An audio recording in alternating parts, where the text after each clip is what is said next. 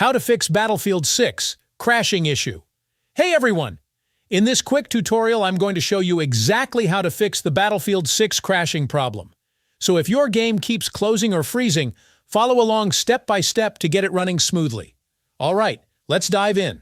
First, click on the Windows logo and open Settings. Once it's open, click on System from the left-hand side. Then scroll down and click About. Next, we need to go to Advanced System Settings. Click on it, and a new window will pop up. Here, go to the Advanced tab and click Settings under Performance. Now, click the Advanced tab again and select Change under Virtual Memory. Here's the important part. Uncheck the box that says Automatically Manage Paging File Size for all drives. Then select Custom Size.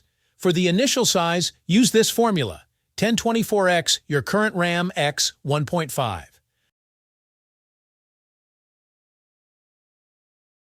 For the maximum size, multiply that by 3. Once you've entered both numbers, click Set and then OK to save your changes. That's it.